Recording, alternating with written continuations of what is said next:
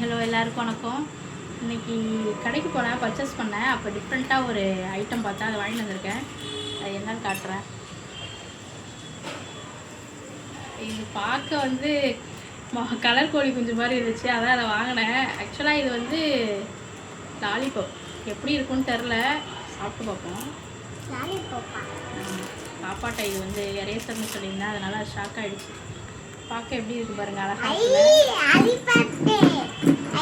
எப்படி இருக்குன்னு சொல்றேன்.